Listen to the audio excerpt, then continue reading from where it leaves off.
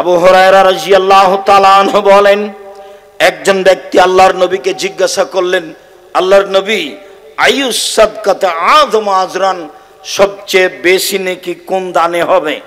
দান তো আমরা করি, তবে সবচেয়ে বেশি নেকি হবে কি দান করলে, কখন দান করলে? তখন আল্লাহ রাসূল বলছেন যে আনতা সাদ্দাক, তুমি দান করবে, আনতা সাহিহুন, তখন তুমি সুস্থ, সাহিহুন, তুমি অর্থের লোভী, অতাকশাল ফাকরা, দিলে কমে যাবে, অতামালুল গেনা, ধনী হওয়ার মন চায়। চারটে জিনিস যখন একসাথে তোমার ভিতরে বিরাজ করবে, এই সময়ে যদি দান করো তাহলে তোমার দানে সবচেয়ে বেশি নেকি হবে। এক, যখন তুমি সুস্থ, বিপদে পড়ে দান করো সেটা ভিন্ন কথা, তাতে নেকি হবে, তবে সবচেয়ে বেশি নেকি হবে না। যখন তুমি সুস্থ তখন তুমি দান করো, সবচেয়ে বেশি নেকি হবে। দুই, যখন তুমি অর্থের লোভী তখন তুমি দান করো, তাহলে তোমার দানে সবচেয়ে বেশি নেকি হবে। তিন, যখন তুমি মনে করছো দিলে কমে যাবে, যা শয়তান বারবার বলে দিও না, দান করো না, কেন? ইন্না শায়তানা ইয়াদুকুমুল ফাকরা, নিশ্চয় মানুষকে শয়তান দারিদ্রতার ভয় দেখায়, সব সময় বলে দান করো না, কমে যাবে, দান করো না, কমে যাবে, দান করো না, দারিদ্রতা নেমে আসবে। আল্লাহর নবী বলছেন, যখন মানুষের আশঙ্কা থাকবে দান করলে হিসাব নিকাশে টাকা কমে যাবে। চার, দান করলে যে ধনী হওয়ার একটা আশা ছিল সেইটা হবে না। এই চারটা অবস্থায় যদি মানুষ দান করে তাহলে সবচেয়ে বেশি নেকি হবে। আবু হুরায়রা রাদিয়াল্লাহু তাআলা আনহু বলেন, রাসূল সাল্লাল্লাহু আলাইহি সাল্লাম বললেন, আইয়ুস সাদকাতে আফজাল, সবচেয়ে উত্তম দান কোনটি? তখন রাসূল সাল্লাল্লাহু আলাইহি সাল্লাম বললেন, জহুদুল মুকিল্লে, গরিব মানুষ যখন পরিশ্রম করে দান করে সেটাই সবচেয়ে উত্তম। মানুষ নিজ হাতে পরিশ্রম করবে, সেই পরিশ্রম থেকে দান করবে, সেটাই সবচেয়ে উত্তম হবে। আবু মুসা আশআরী রাদিয়াল্লাহু তাআলা আনহু বলেন, রাসূল সাল্লাল্লাহু আলাইহি সাল্লাম একদা বললেন, আস-সাদকাতু আলা কুল্লি মুসলিম, সবাইকে দান করতে হবে, গরিব ফকির, গরিব মিসকিন, নিঃস্ব, সবাইকে দান করতে হবে। এমন যখন কথা আল্লাহর নবী বললেন, তখন সাহাবীগণ বললেন, ফাইলাম ইয়াজিদ, যদি টাকা পয়সা না পাই তাহলে কেমন করে দান করবে? সবাই দান করবে, এটা কিভাবে হতে পারে? তখন আল্লাহ রাসূল বললেন, ফাল ইয়ামাল বিয়াদাইহি, নিজ হাতে কাজ করবে, মানুষের বাড়িতে দিন মজুরি করবে, দিন মজুরি করে টাকা ইনকাম করবে, ফায়ানফা নাফসাহু, সে নিজে উপকৃত হবে, ওয়াতাসাদ্দাকু, সেখান থেকে দান করবে। তখন সাহাবীগণ বললেন, ফাইলাম ইয়াজিদ, মানুষ যদি মানুষের বাড়িতে কাজ করতে না পারে তাহলে সে কি করবে? তখন আল্লাহর নবী বললেন, ফাল ইনজাল হাজাতিল মালহুফা, অসহায় মানুষের সহযোগিতা করবে, কথা দিয়ে ও কর্ম দিয়ে, এটাই তার জন্য দান হবে। সাহাবীগণ বললেন, ফাইলাম ইয়াজিদ, এইটা যদি না পারে তাহলে কি করবে? তখন আল্লাহ রাসূল বললেন, ফাল ইয়ামুর বিল খাইরে, তাহলে ভালো কাজের আদেশ করবে, মন্দ কাজের নিষেধ করবে, এটাই তার জন্য দানের নেকি হবে।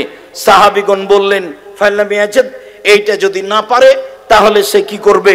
তখন আল্লাহ রাসূল বললেন, ইমসিক নাফসাহানি সাররে ফাইনাল্লাহ সাদাকা, তাহলে ওই সময় নিজেকে পাপ থেকে ঠেকিয়ে রাখবে, এটাই তার জন্য দান হয়ে যাবে। সম্মানিত দিনী ভাই বোন, হাদিসটি বুখারী মুসলিম, ধারাবাহিকভাবে রাসূল সাল্লাল্লাহু আলাইহি সাল্লাম নিচের দিকে নামতে থাকলেন। প্রথমে যখন বললেন সবাইকে দান করতে হবে, তখন সাহাবীগণ বললেন, কেমন হলো? টাকা পয়সা না থাকলে কিভাবে দান করবে?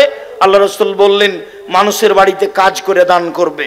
সাহাবীগণ বললেন, যদি কাজ করতে না পারে তাহলে কি করবে? তখন রাসূল সাল্লাল্লাহু আলাইহি সাল্লাম বললেন, অসহায় মানুষের সহযোগিতা করবে, এটাই দান হবে। সাহাবীগণ বললেন, যদি অসহায় মানুষের সহযোগিতা করতে না পারে তাহলে কি করবে? তখন আল্লাহ রাসূল বললেন, ভালো কাজের আদেশ করবে, মন্দ কাজের নিষেধ করবে, এটাই তার জন্য দান হয়ে যাবে। সাহাবীগণ বললেন, এটা যদি সম্ভব না হয় তাহলে কি করবে? তখন আল্লাহ রাসূল বললেন, তাহলে শেষ ফলাফল নিজেকে পাপ থেকে ঠেকিয়ে রাখবে, এটাই তার জন্য দান হয়ে যাবে। সম্মানিত দিনী ভাই বোন, আসমা রাদিয়াল্লাহু তাআলা আনহা বলেন, আল্লাহর নবী বললেন, আসমা তাসাদ্দাকি ওয়ালা তুহসি, দান করো গুনে রাখো না কয় টাকা দান করলে। ওয়ালা তুই ফাইয়াল্লাহু আলাইকে, দান বন্ধ করো না, নইলে আল্লাহ তোমার উপরে দয়া রহমত বন্ধ করে দিবে। আসমা মনে রেখো, দান করো গুনে রাখো না, হিসাব করো না কয় টাকা দান করলে, বেহিসাব করে যাও, হিসাব করে দান করতে হবে না, বেহিসাব আল্লাহ নেকি দিবেন। শোনো আসমা, দান বন্ধ করো না, নইলে আল্লাহ তাআলা তোমার উপরে দয়া ও রহমত বন্ধ করে দিবেন। ফারযাকি মাস্তাতাতে, আসমা যতটুকু সম্ভব, যেভাবে সম্ভব, যতটুকু সম্ভব, যেভাবে সম্ভব আল্লাহকে সন্তুষ্ট করার জন্য দান করো। এই কথা মুহাম্মদ সাল্লাল্লাহু আলাইহি সাল্লাম বলেন। সম্মানিত দিনী ভাই বোন, আবু হুরায়রা রাদিয়াল্লাহু তাআলা আনহু বলেন, রাসূল সাল্লাল্লাহু আলাইহি সাল্লাম বলেছেন, একুল মালি মালি, মানুষ বলে আমার সম্পদ, মানুষ বলে আমার টাকা, মানুষ বলে আমার সম্পদ, মানুষ বলে আমার টাকা, ফাইনা মালাহু মিন সালাস, নিশ্চয় মানুষের টাকা তিন ভাগে বিভক্ত, নিশ্চয় মানুষের টাকা তিন ভাগে বিভক্ত। মা কালা ফাফনা, যা খেলো তা নষ্ট হলো, যা খেলো তা নষ্ট হলো।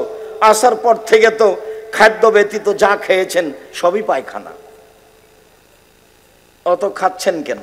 আলিয়াদুলিয়া খায়রু মিনাদিস সুফলা, দেওয়া হাত ভালো নেওয়া হাতের চেয়ে। যা নিয়ে এসেছেন জান বাঁচার মতো খাবেন, বাকি দান করে দিবেন, বাকি কিছু বই পুস্তক নিয়ে যাবেন। সারাদিন টোটো করে ঘুরছেন আর এদিক ওদিক খেয়ে বেড়াচ্ছেন, এটা কোনো শিষ্টাচার হলো? রাসূল সাল্লাল্লাহু আলাইহি সাল্লাম বলেন, মা কালা ফাফনা, যা খেলো তা নষ্ট করলো, ও মালাবে সাফাবলা, যা পরলো তা পুরাতন করলো। কাপড় চোপড় যা পরবেন তা পুরাতন হয়ে যাবে। ও মা আতা ফাক্তানা, যা দান করলো তা জমা হয়ে গেল, পরে পাওয়া যাবে। যা দান করলো তা জমা হয়ে যাবে, পরে পাওয়া যাবে। এই যে মানুষের সম্পদ তিন ভাগে বিভক্ত, অমাসেওয়া দালেকা, এ ব্যতীত যা টাকা পয়সা থাকবে বলেন নাস, তা মানুষে ভাগ করে নিবে, তা আপনার নয়। ছেলেরা মামলা করে ভাগ করে নিবে, মারামারি করে ভাগ করে নিবে। আমার দুই চোখের নিজের দেখা, আমাদের গ্রামে বাপ মরার পরে জমি জায়গা ভাগ করলো, ভাগ করতে করতে ঢেঁকিটা কেটে ভাগ করে নিয়েছে। আল্লাহর নবী বলছেন মানুষের সম্পদ তিন ভাগে বিভক্ত। এই ছেলেরা, বারান্দা দাঁড়িয়ে আছো তোমরা না অন্য কেউ? দেখো তো বড় ছেলেরা কোথায়? ঘরের ভিতর কেউ আছে নাকি? তোমরা কি করছো? বারান্দায় কেউ থাকতে পাবে না, ঘরে কেউ থাকতে পাবে না। সম্মানিত দিনী ভাই বোন, রাসূল সাল্লাল্লাহু আলাইহি সাল্লাম বলেন, পৃথিবীর মানুষ শুনে রেখো, মানুষের সম্পদ তিন ভাগে বিভক্ত। এক, যা খেলো তা নষ্ট হলো, তা হলো পায়খানা। দুই, যা পরলো তা পুরাতন হলো, তা ছিঁড়ে শেষ হলো, তা কাপড় চোপড়। তিন, অমাতা ফাক্তানা, যা দিল তা আল্লাহর রাস্তায় জমা হয়ে গেল, পরকালে পাওয়া যাবে, বিনিময় অনেক বড়। রাসূল সাল্লাল্লাহু আলাইহি সাল্লাম শেষে বললেন, অমা সেওয়া দালেকা, এ ব্যতীত যা অর্থ সম্পদ থেকে গেল তা মানুষের কাছে চলে যাবে, মানুষ তা ভাগ করে নেবে। প্রয়োজনে মারামারি করে, প্রয়োজনে মামলা করে। জমি জায়গা নিয়ে মানুষের মামলা হয়েছে, অর্থ সম্পদ নিয়ে মানুষ মামলা করে। দুই ভাই দুই দিকে কাঠগড়ায় দাঁড়িয়ে আছে, পৈতৃক সম্পত্তির ভাগ নিয়ে গন্ডগোল হয়েছে, তাই এক ভাই আর এক ভাইকে মেনে নেয় না। সম্মানিত দিনী ভাই বোন, এটাই হচ্ছে অর্থ সম্পদের ফলাফল। আবু হুরায়রা রাদিয়াল্লাহু তাআলা আনহু বলেন, রাসূল সাল্লাল্লাহু আলাইহি সাল্লাম একদা বললেন, মান মা মিনকুম আই ইহুব্বু ইনদাহু মালা ওয়ারিসিহি মিন মালিহি, তোমাদের মধ্যে কে আছে এমন যে উত্তরাধিকার সূত্রে যে সম্পত্তি আছে, যে সম্পদ আছে, সেইটাকে ভালোবাসে নিজের সম্পদের চেয়ে? বলো তো সঙ্গী সাথী, তোমাদের কে এমন আছে যে উত্তরাধিকার সূত্রে যে সম্পত্তি পাওয়া যাবে, সম্পদ পাওয়া যাবে, সেইটাকে ভালোবাসে নিজের সম্পদের চেয়ে? সাহাবীগণ বললেন, মা মিন্না আহাদুন, আমার মধ্যে কেউ নেই। আমরা কেউ উত্তরাধিকারী সম্পদকে প্রাধান্য দিই না নিজের সম্পদের চেয়ে। আমরা এটাই মনে করি নিজের সম্পদই সবচেয়ে উত্তম, নিজের সম্পদই সবচেয়ে ভালো। আমরা নিজের সম্পদকেই প্রাধান্য দিয়ে থাকি। রাসূল সাল্লাল্লাহু আলাইহি ওয়াসাল্লাম বললেন, শোনো, নিজের সম্পদ মা কাদ্দামা, যেটা দান করে দিয়েছে সেটাই হলো নিজের সম্পদ। আর উত্তরাধিকারী সম্পদ যেটা ছেড়ে দিয়েছে, যেটা রেখে যাবে, সেইটা উত্তরাধিকারী সূত্রে মানুষে ভাগ করে নেবে, এটা তোমার নয়। মানুষ বুঝতে ভুল করেছে, যেটা ছেলে মেয়ে ভাগ করে নেবে সেটাকেই ভালোবাসলো, যেটা তার নিজস্ব সম্পদ সেটাকে ভালোবাসলো না। সম্মানিত দিনী ভাই বোন, হয়তোবা আপনাকে আমি সঠিকভাবে বিষয়গুলি স্পষ্ট করে বুঝাতে পারছি না। রাসূল সাল্লাল্লাহু আলাইহি ওয়াসাল্লাম যা বলেছেন আপনার কাছে স্পষ্ট করতে পারলেই তা ভালো ছিল। আবু হুরায়রা রাদিয়াল্লাহু তাআলা আনহু বলেন, একজন লোক আল্লাহর নবীর কাছে এসে বলছেন, আল্লাহর নবী, কাদ মাতা আবি, আমার পিতা মারা গেছেন, ও তারাকা মালান, অর্থ সম্পদ ছেড়ে গেছেন, অলাম ইউসিনি, আমাকে কোনো উপদেশ দিয়ে যাননি, ওসিয়ত করেননি।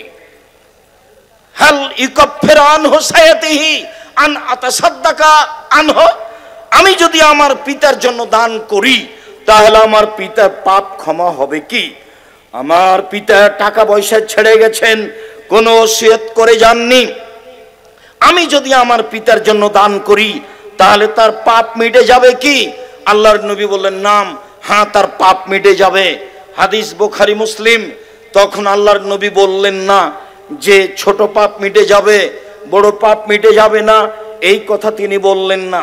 তিনি বললেন, যা, তাতে প্রত্যেক ছেলে মেয়ের উচিত তার বাপের জন্য, তার মায়ের জন্য, তার দাদা দাদির জন্য, নানা নানির জন্য দান করা, যাতে করে যারা মরে গেছে তাদের পাপ মিটে যায়।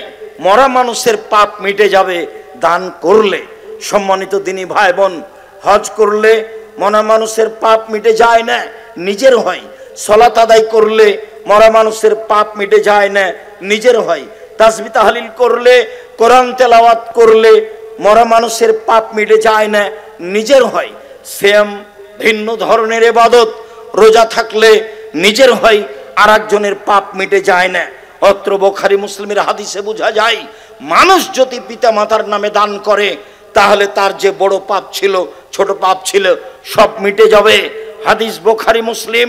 সম্মানিত দিনী ভাই বোন, যারা আমার সামনে আছেন, অনলাইনে যারা পৃথিবীর বিভিন্ন প্রান্ত থেকে এই চলমান বক্তব্য অবগত হচ্ছেন, সময়ের গতিতে যারা অবগত হবেন, তাদেরকে আমি অনুরোধ করে বলছি, আপনারা ছেলে মেয়ে হিসেবে হুঁশিয়ার, সচেতন, সজাগ ছেলে মেয়ে হয়।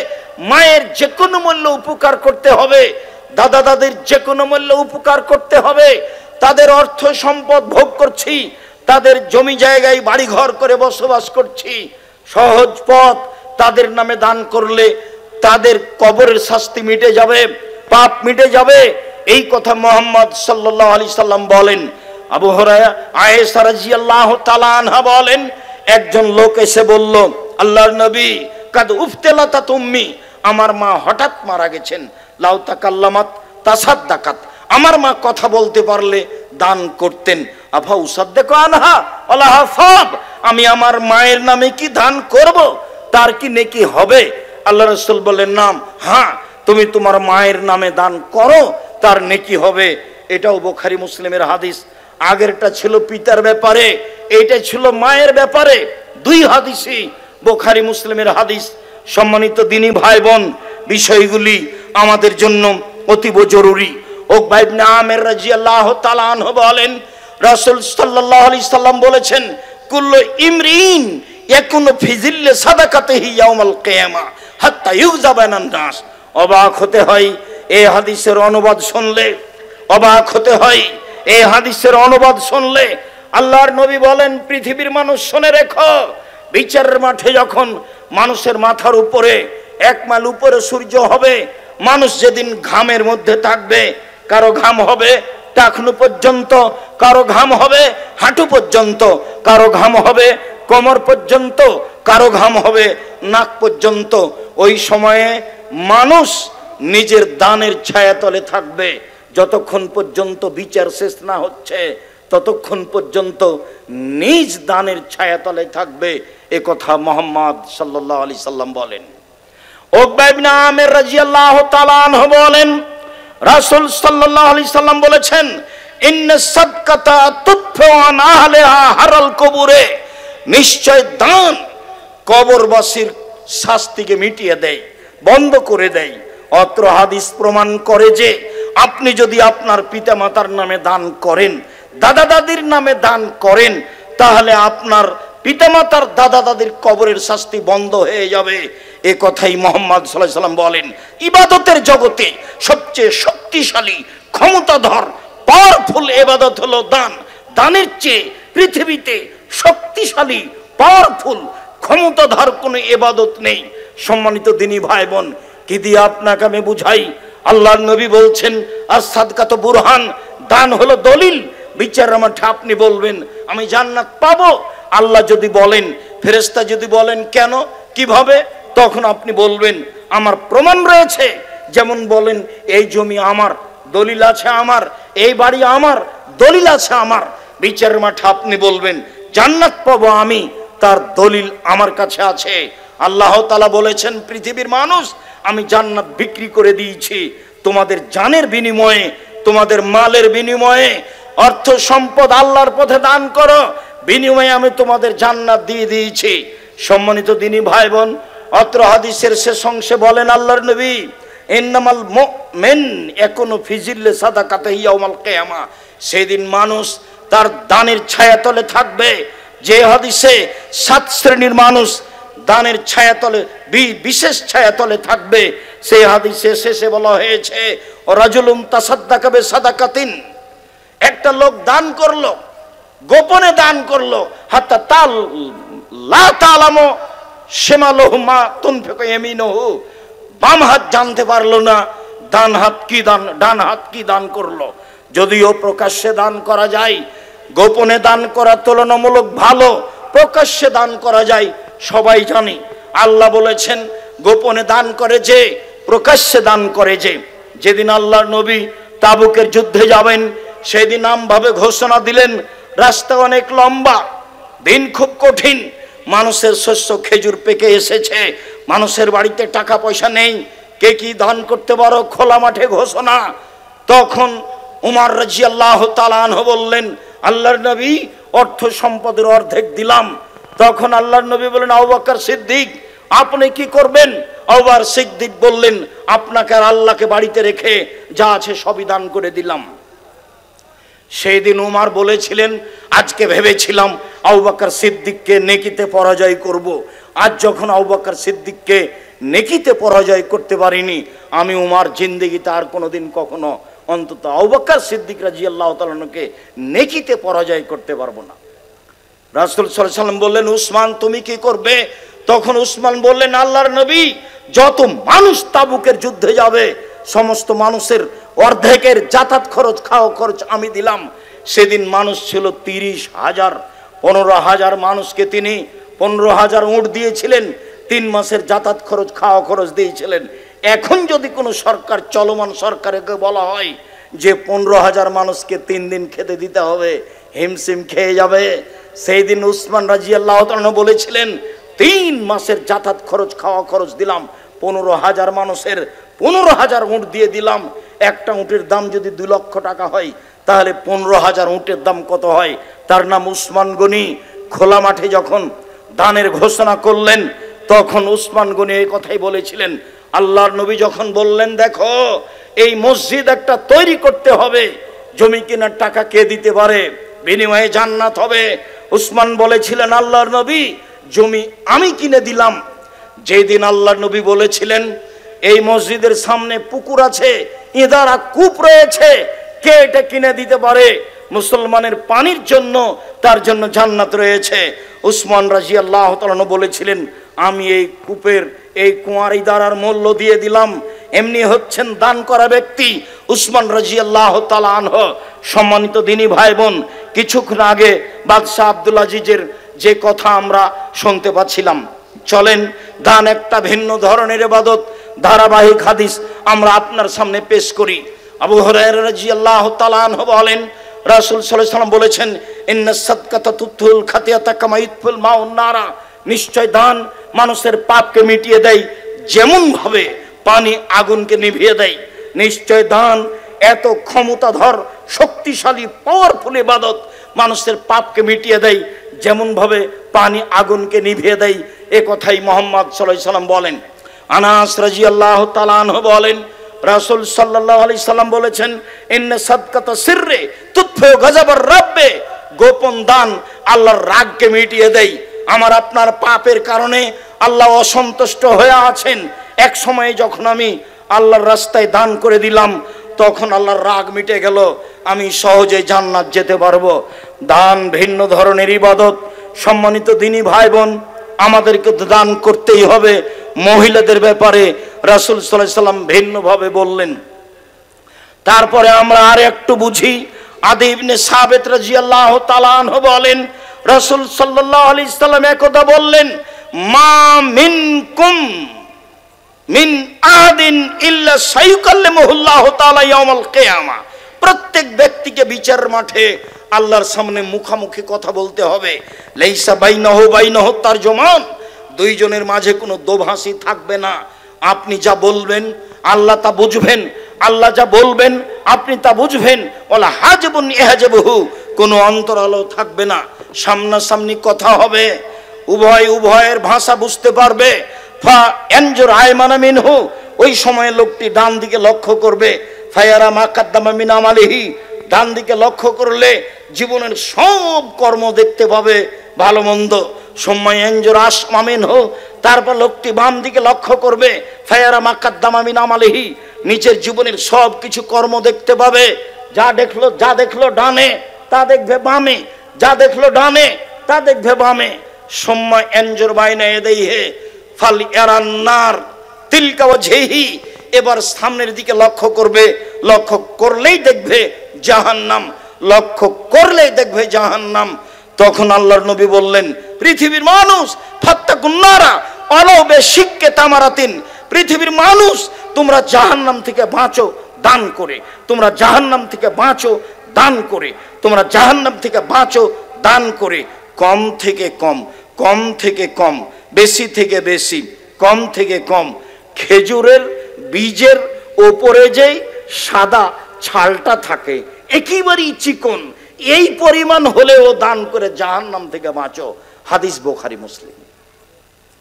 কি দিয়ে আপনাকে আমি বুঝাই, দানই হচ্ছে জাহান্নাম থেকে বাঁচার ভিন্ন ধরনের মাধ্যম, একেবারেই নগদ মাধ্যম।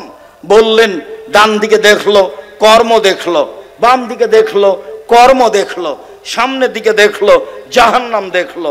এই পর্যন্ত বলতে বলতেই আল্লাহ রাসূল বলছেন, পৃথিবীর মানুষ তোমরা জাহান্নাম থেকে বাঁচো দান করে। খেজুরের বীজের ওপরে যেই একেবারে চিকন ছালটা রয়েছে এইটা সমপরিমাণ হলেও। যার কারণে আমি ছাত্র, শিক্ষক, কর্মচারী সবাকেই বলি, জুমার দিন যখন সামনে দিয়ে কয়টাটা যায়, তখন 5 টাকা হোক, 2 টাকা হোক, 1 টাকা একটা কয়েন হোক, ও যেন সামনে দিয়ে ফিরে না যায়। আল্লাহ রাসূল বলছেন, দেওয়া হাত ভালো নেওয়া হাতের চেয়ে। বুখারী মুসলিম। দেওয়া হাত ভালো নেওয়া হাতের চেয়ে। কোটাটা সামনে দিয়ে খালি পার হয়ে যাবে এমনটা যেন হয় না কারো। এই ব্যাপারে তিনি ঘোষণা দিলেন রাসূল সাল্লাল্লাহু আলাইহি সাল্লাম জনগণের সামনে। সম্মানিত দিনী ভাই বোন, আবু সাঈদ খুদরি রাদিয়াল্লাহু তাআলা আনহু বলেন, একদা আল্লাহর নবী ঈদের মাঠে গেলেন। ঘটনা ঈদুল আজহা না ঈদুল ফিতর এমনটা কিছু হবে। মানুষের সামনে সালাত আদায় করার পরে এবার তিনি মহিলাদের সামনে গেলেন। মহিলাদের সামনে গিয়ে বলছেন, ইয়া মাশার নিসা তাসাদদাকনা ফাইনি উরিতুকুন্না আকসারা আহলিন নারে, হে মহিলারা তোমরা দান করো, আমি তোমাদের অধিক অংশই দেখছি জাহান্নামে। জাহান্নাম বলতে নারী আর নারী, জাহান্নাম বলতে নারী আর নারী, জাহান্নাম বলতে নারী আর নারী, জাহান্নাম বলতে নারীকেই বুঝাই। অতএব তোমরা দান করে জাহান্নাম থেকে বাঁচো।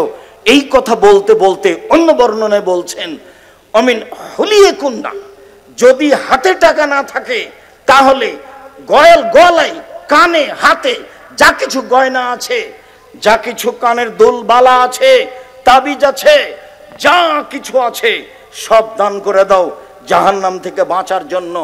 এই কথা মুহাম্মদ সাল্লাল্লাহু আলাইহি সাল্লাম বললেন মহিলাদের সামনে বক্তব্য দিতে গিয়ে।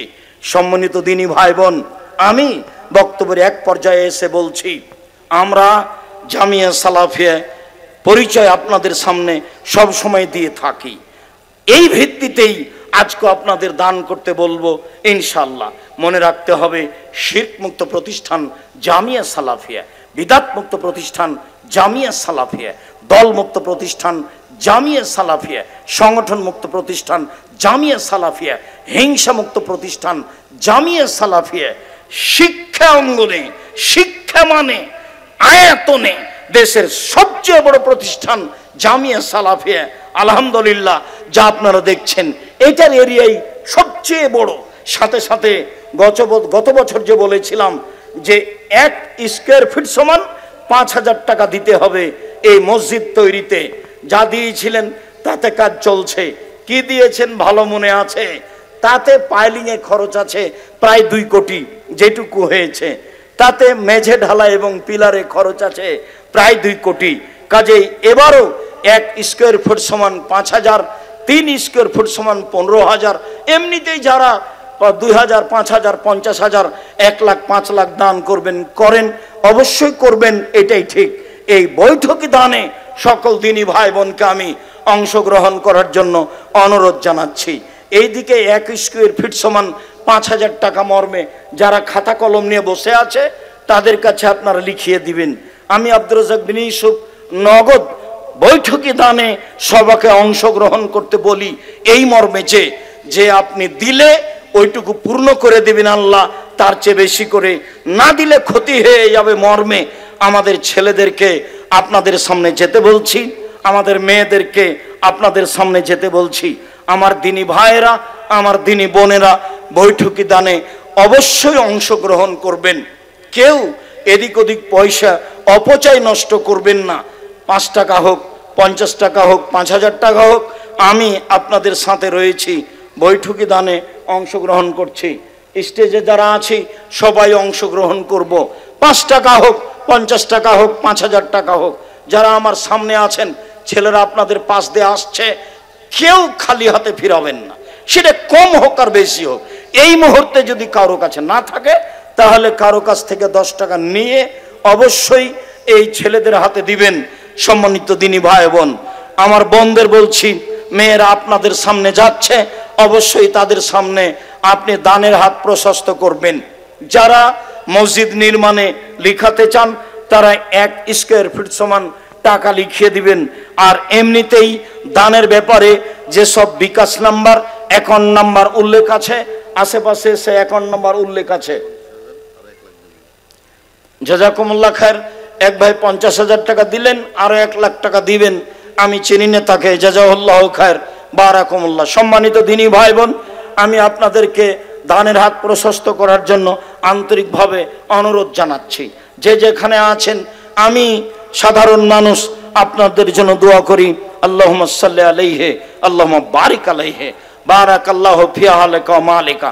আল্লাহ আপনাদের অর্থ সম্পদে বরকত দান করুক।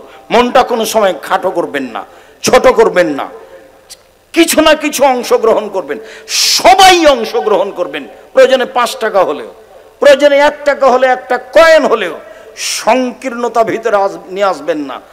সম্মানিত দিনী ভাই বোন, রাসূলের বলা কথাটি বলি, আল্লাহুম্মা সাল্লি আলাইহি, আল্লাহুম্মা বারিক আলাইহি।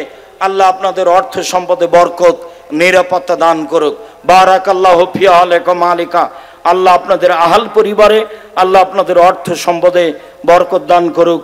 আল্লাহুম্মা সাল্লি আলাইহি, আল্লাহুম্মা বারিক আলাইহি।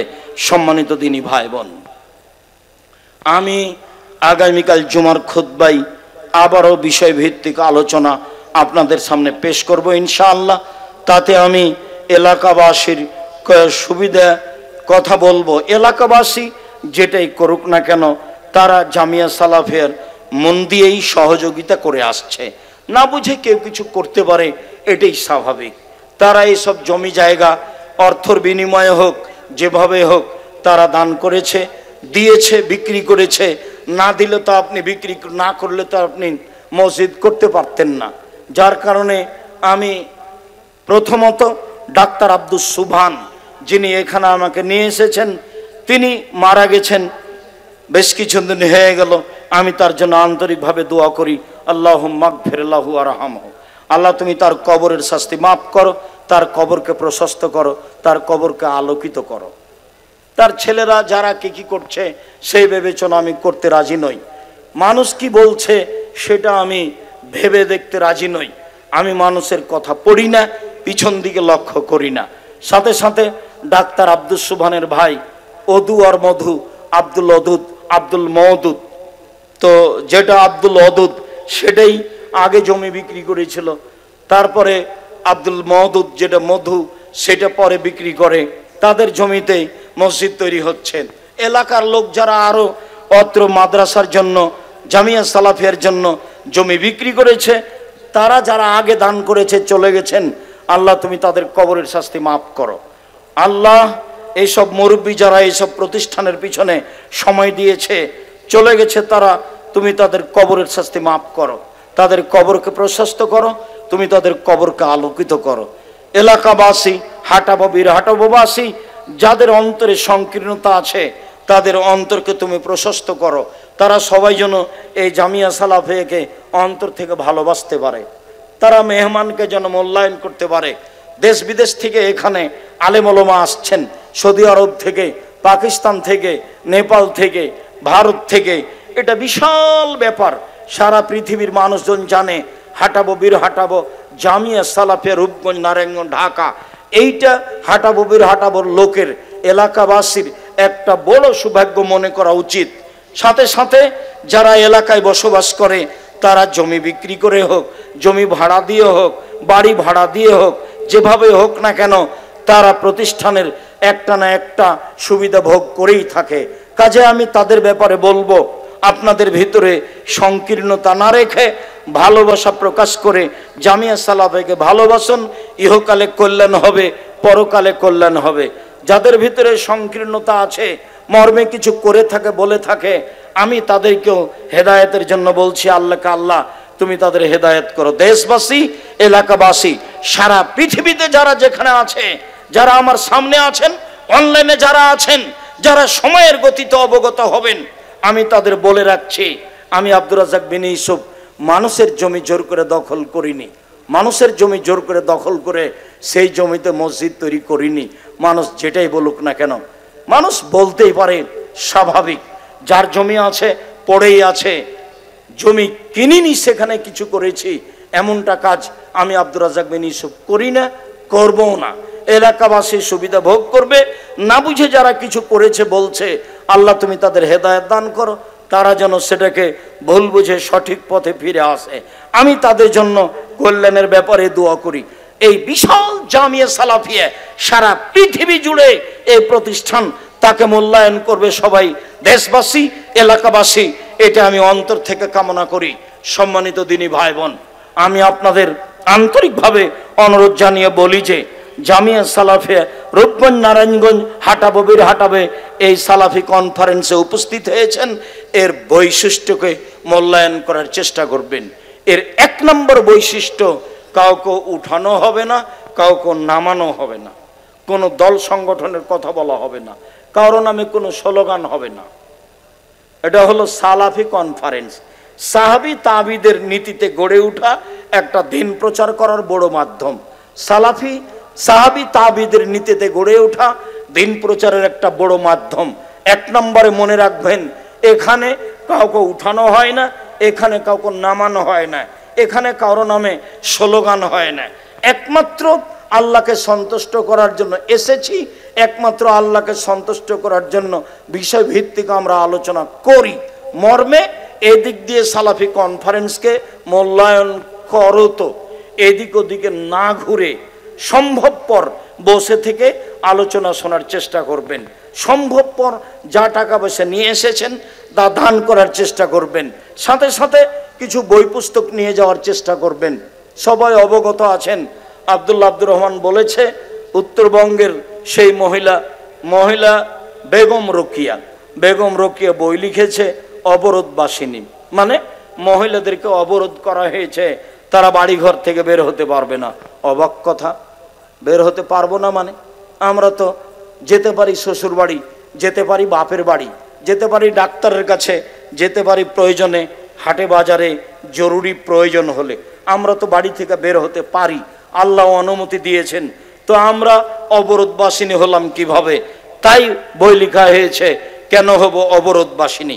আমি আপনাদের একটা দৃশ্য নকল করি বেগম রোকেয়ার, কথার কথা।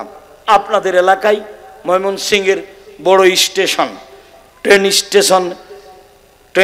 স্টেশন মাস্টার একদিন প্ল্যাটফর্ম দেখতে যাচ্ছেন। দেখি তো কোথায় কি আছে, দেখছেন এক জায়গায় বেশ কিছু বস্তার মতো মনে হচ্ছে, উপরে কাপড় চাপানো আছে, কাপড় দিয়ে ঢাকা আছে। ঘটনা কি? ময়মনসিংহের পরহেজগার মহিলারা হজ করতে যাবে। তারা ময়মনসিংহ থেকে ঢাকা আসবে, ঢাকায় বিমানে জিদ্দে যাবে, হজ করতে যাবে। তারা দেবর ভাসুরকে বলেছে, শোনো আমাদের পর্দার ব্যাঘাত ঘটে, এ করো, আমরা 5-6 জন মহিলা আছি, উপরে আমাদের চাদর বিছিয়ে দাও, যাতে করে পর্দা ভালো হবে। এইবার স্টেশন মাস্টার এসে মনে করছে কিসের বস্তা এগুলি, তখন লাথি মেরে দেখছে কি বস্তা এগুলো, কি বস্তা। বেগম রোকেয়া পর্দাকে লাথি মেরে দেখাচ্ছে। আপনাকে ভালো লাগে, আমাকে ভালো লাগে না। আপনার কাছে শিক্ষিত মানুষ, আমার কাছে কোনোদিনও শিক্ষিত মানুষ নয়। রবীন্দ্র ঠাকুর জাতির শত্রু, বাঙালিদের শত্রু, মুসলমানের শত্রু। ভারত বাংলাদেশ পাকিস্তানের সবচেয়ে বড় দালাল রবীন্দ্রনাথ ঠাকুর। যেদিন আমাদের জাতি দিনী ভাই বোন জেল হাজতে থাকা ইংরেজদের হাতে, সেই দিন রবীন্দ্রনাথ ঠাকুর লন্ডনে গিয়ে সে আনন্দ ফুর্তি করে। সেই ঠাকুর দিন রাত বলে ওমা তোমার আকাশ, ওমা তোমার বাতাস, ও কালিমা তোমার আকাশ, ও কালিমা তোমার বাতাস, এই স্লোগান রবি ঠাকুর দেয়। আর তার গান আমাদের ছেলে মেয়েরা বলে। শুনুন, ছেলে মেয়েকে জন্মের পরেই মুশরিক বানাচ্ছেন। আপনার চলে, আমার চলে না। আমি এটা কোনো সময় চাইনি। আমি বলেছিলাম আজ থেকে নিয়ে 25-30 বছর আগে, তোর বাপের আকাশ, এই কথা আমি বলেছিলাম।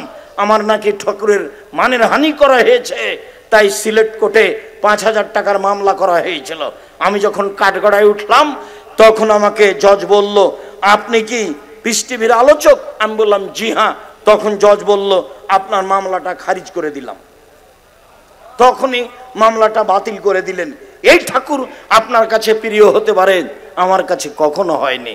ও বাঙালিদের শত্রু, ও মুসলমানের শত্রু, ও ঢাকা বিশ্ববিদ্যালয়ের শত্রু, ও সারা দেশের মানুষকে দিন রাত মুশরিক বানাচ্ছে। ও বলছে ও কালিমা তোমার আকাশ, ও কালিমা তোমার বাতাস। আমি এটা বলতে পারি না। আপনার ছেলে মেয়ে কিভাবে বলছে? আমি বলেছি 1971 সাল থেকে নিয়ে এখন পর্যন্ত এই দেশে কোনো শিক্ষিত মানুষ শিক্ষামন্ত্রী হয়েছে এটা আমার জানা নাই। আমার মনে বড় সাধ, এই দেশের মাটিতে আমি উন্নত মানের প্রতিষ্ঠান গড়বই গড়ব ইনশাআল্লাহ, যেখানে ছেলে মেয়ে বাংলা, ইংরেজি, আরবি উন্নত মানের শিক্ষা অর্জন করে জাতির অন্যায়ের বিরুদ্ধে লড়বে, মুখে কলমে মিডিয়ায় লড়বে ইনশাআল্লাহ। সেই নীতিতে জীবন বাজি রেখে চেষ্টা চালিয়ে যাচ্ছি ইনশাআল্লাহ। এই চেষ্টাই সফল হবই ইনশাআল্লাহ। 2013 সালের 24 আগস্ট রোজ মঙ্গলবার সকাল 11টার সময় বলেছিলাম এই কাঁঠাল গাছের নিচে আমার হাতে টাকা নেই, এ কথা সত্য। এখানে প্রতিষ্ঠান গড়বে, এ কথা সত্য। ইনশাআল্লাহ গড়বে, নিশ্চিত গড়বে, অবধারিত গড়বে ইনশাআল্লাহ। সেই প্রতিষ্ঠান আজকে প্রায় 100 বিঘা জমির উপরে অবস্থান করে। বলুন আলহামদুলিল্লাহ।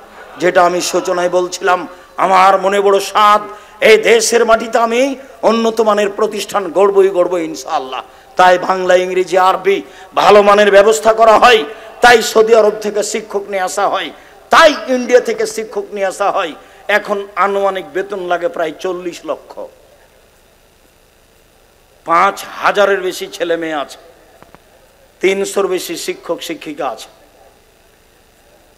জামিয়া সালাফের আর একটা বড় শাখা আছে, সেটা হলো আদ-দাওয়া ইলাল্লাহ। তারা মসজিদ ভিত্তিক শিক্ষা কার্যক্রম, দাওয়াতি কার্যক্রম পরিচালনা করতে চায়। একবার টেকনাফ থেকে তেঁতুলিয়া পর্যন্ত তাদের লক্ষ্য উদ্দেশ্য। আপাতত 550 মক্তব চালু রয়েছে জামিয়া সালাফের অধীনে। যেমনি ভাবে সারা দেশ জুড়ে জামিয়া সালাফে গড়তে চাই।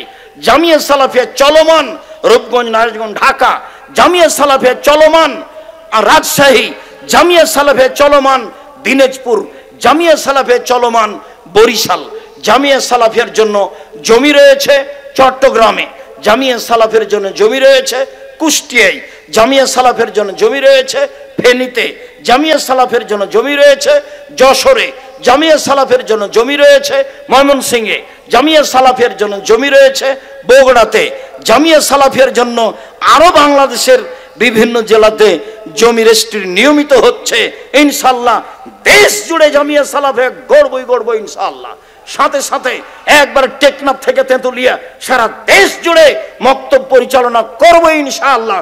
আমি আপনাদের কাছে এক নম্বরে যেটা দাবি রেখেছি, একটু খালেস অন্তরে আল্লাহকে বলবেন, আল্লাহ তুমি জামিয়া সালাফে কবুল করো। ওপরে যদি কবুল হয় কাজ সহজ, ওপরে যদি কবুল না হয় তাহলে কাজ কঠিন। মর্মে বলি, আল্লাহ আমরা মানুষ, আমাদের কোনো ভুল ত্রুটি থাকলে সেটা তুমি মাফ করো। আমাদের ভুল ত্রুটি দিয়ে জামিয়া সালাফের সহযোগিতা করতে চায় না, তুমি সঠিক পথে পরিচালনা করো। তোমার সন্তুষ্টিতেই বাকি জীবন থেকে জামিয়া সালাফে গড়তে চাই। তোমার কাছে দাবি জানাই, যারা সঠিক আকীদার মানুষ হবে, নিঃস্বার্থপর ভাবে তোমাকে সন্তুষ্ট করার জন্য কাজ করবে, পরবর্তীতে তুমি জামিয়া সালাফে তাদেরকে নিয়ে এসে কাজ করতে দিবা, যাতে করে এই জামিয়া সালাফিয়া আল্লাহ তাআলা কিয়ামত পর্যন্ত বহাল রাখে। তুমি যেন কিয়ামত পর্যন্ত বহাল রাখো, এটাই তোমার কাছে জোরালো দাবি রাখছে। যদি কোনো ক্ষতি আমাদের মধ্যে দিয়ে হয়, বুঝতে না পারি, আমরা তোমার দরবারে ফ্রি খিদমত করার চেষ্টা করি। কোনো জায়গাতে ত্রুটি থাকলে আমাদের শ্রম দিয়ে পার করে দিও, আমাদের বিপদগামী করো না। এই জামিয়া সালাফিয়া দিয়ে তোমাকে মানুষ চিনবে, তোমাকে মানুষ জানবে, তোমাকে মানুষ মানবে, তোমাকে চিনে জেনে মানুষ শিরক মুক্ত হবে। একমাত্র এ আশাই জামিয়া সালাফে গড়ছি। তুমি জামিয়া সালাফে কবুল করো। তুমি সর্বশক্তিমান, তুমি দয়াবান, তুমি ক্ষমাবান। তোমার দরবারে জোরালো দাবি রেখে তুমি আজিজ পরাক্রমশালী, সব কিছু করতে পারো। তুমি কাদির, সর্বশক্তিমান।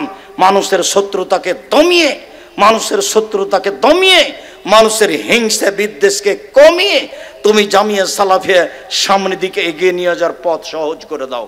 আল্লাহ, তোমার দরবারে এই জোরালো দাবি, এই দাওয়া, এই দোয়া তোমার দরবারে রেখে আপাতত আজকের মতো কথা এখানে শেষ করলাম। সুবহানাকা আল্লাহুম্মা ওয়া বিহামদিকা আশহাদু আল্লা ইলাহা ইল্লা আনতা আস্তাগফিরুকা ওয়া আতুবু ইলাইক। আসসালামু আলাইকুম ওয়া রাহমাতুল্লাহ।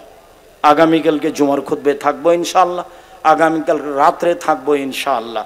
আর বড় বড় আলেম ওলামা উপস্থিত হয়েছেন, আগামীকালকে উপস্থিত হবেন। এহসান এলাহি জহিরের ছেলে ইবতেসাম এলাহি জহির আগামীকাল আপনাদের সামনে বক্তব্য দেবেন ইনশাআল্লাহ। যদি